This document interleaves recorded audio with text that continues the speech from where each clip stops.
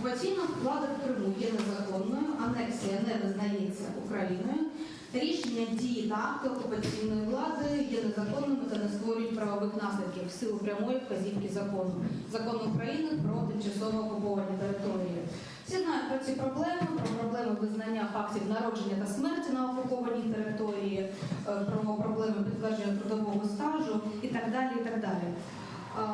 Проте Пенсійний фонд України, починаючи з 2015 року, січня 2015-го, фактично визнає юрисдикцію Російської Федерації в Криму в частині здійснення пенсійних виплат на території Криму, пенсійних виплат громадянам України. Як це було? З чого це почалося?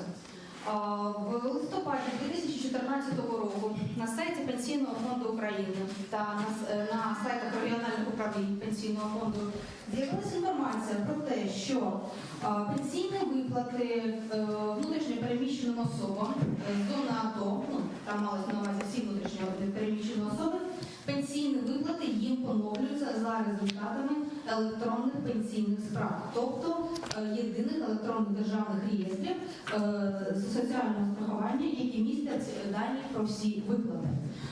Це було в листопаді. А в грудні, 25 грудня 2014 року, Пенсійний фонд України надіслав всім обласним управлінням службового листа, в якому було вказано, що з теперішнього часу пенсії внутрішньо переміщеним особам з Криму призначаються після направлення відповідного запиту до органів Пенсійного фонду Російської Федерації. Пенсійні виплати можуть поновлюватись лише після того, як паперова пенсійна справа громадянина України надійде з окупованого Криму. І лише з наступного дня після того, як Російська Федерація припинить всі виплати. Слід зазначити, що цей лист від 24 грудня 2014 року було направлено не тому, що було прийнято якесь нове законодавство або встановлено нові норми. Норми діяли одні й ті ж самі. Просто Пенсійний фонд за власною ініціативою встановив такий порядок. Як не важко здогадатись, всі обласні, всі територіальні органи Пенсійного фонду України почали виконувати цей лист та направляти ці запити безпосередньо після отримання цього листа від 24 грудня. Проте слід зазначити, що незважаючи на цей лист, який почав виконуватись, жодна норма чинного законодавства України не передбачала та досі не передбачає можливості витребування паперових пенсійних справ з тимчасово окупованої території. Всі органи влади України безумовно не визнають документи, видані на окупованій території. Це є необхідною відповіддю нашою на окупацію. Хоча інколи це створює незручності для громадян України. Наприклад, це стосується питання паспортизації. Іноді дуже складно особам отримати паспорт, особам, які мешкають, наприклад, в Криму. Але ми не визнаємо та не збираємось визнавати паспорти Російської Федерації, видані в Криму. Я повторюю, це ціна, яку ми сплачуємо за те, щоб не визнавати окупацію, не визнавати окупанта. Проте Пенсійний фонд України визнає ці документи з печатками Пенсійного фонду Республіки Крим, так званої, визнає безумовно та ніколи не ставить під сумнів дані зазначених цих документів до цього рішення. Вона говорить Крим печатками Кримського пенсійного. Що треба робити, якщо вивчити законодавство, то якими за нормами чинного законодавства мають бути дії Пенсійного фонду України у випадку звернення внутрішньо переміщеної особи за поновленням пенсійних виплат? Це питання чітко врегульовано. Воно врегульовано постановами Кабінету міністрів України номер 365 та номер 637. Зокрема, щоб не вдаватись до цитування законодавства, наразі пенсійні виплати всім внутрішньо переміщеним, не всім, бо я прошу вибачення, внутрішньо переміщеним особам з зони АТО, пенсіонерам відновлюються за даними вирізаної електронної пенсійної справи, яку Пенсійний фонд має повноваження запитувати в єдиного обчислювального центру Міністерства соціальної політики. Ці вирізані електронні справи містять вичерпний перелік даних, які дозволяють зробити розрахунок пенсії та поновити її з моменту, коли Україна була змушена припинити виплати через окупацію. Тобто чинне законодавство дає абсолютно чітку відповідь, що треба робити пенсійному фонду у випадку звернення до них внутрішньо переміщеної особи.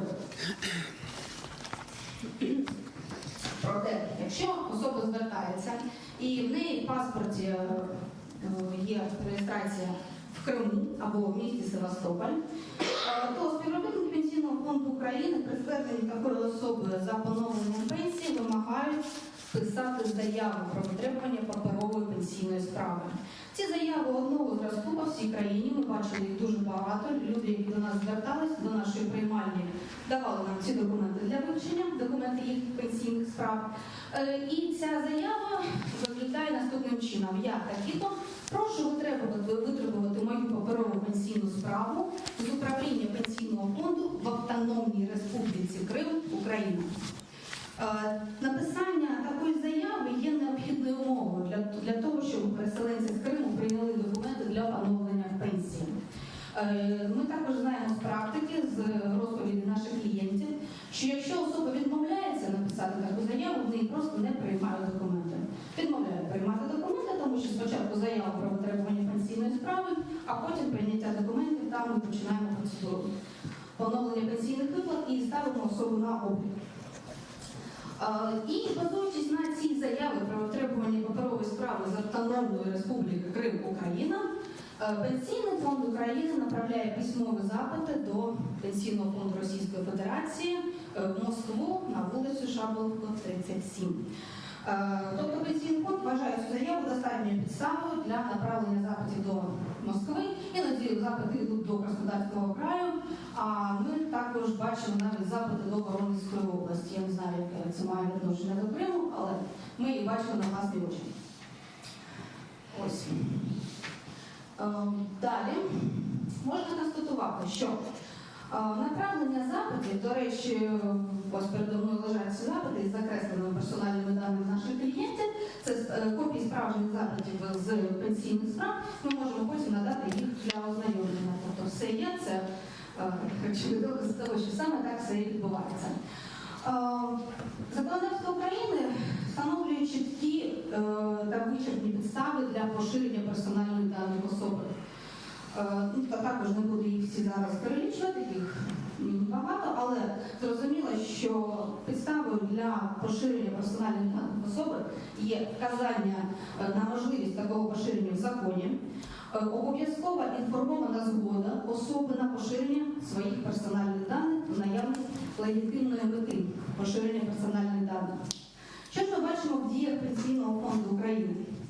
До Російської Федерації направляються запити, в яких зазначається ім'я, фамілія, прізвище ім'я по батькові особи, адреса реєстрації в Криму, дата народження та ще для якоїсь взагалі незрозумілої для мене причини, мені не дано це зрозуміти, у запитах вказується адреса проживання особи після її переміщення на контрольованій території України.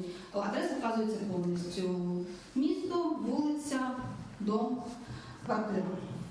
Я не знаю, чому це робиться, але це є поширення конфіденційних даних особи, без легітимної мети, без вказання на цю можливість в законі, та, що важливо, без інформованої згоди особи.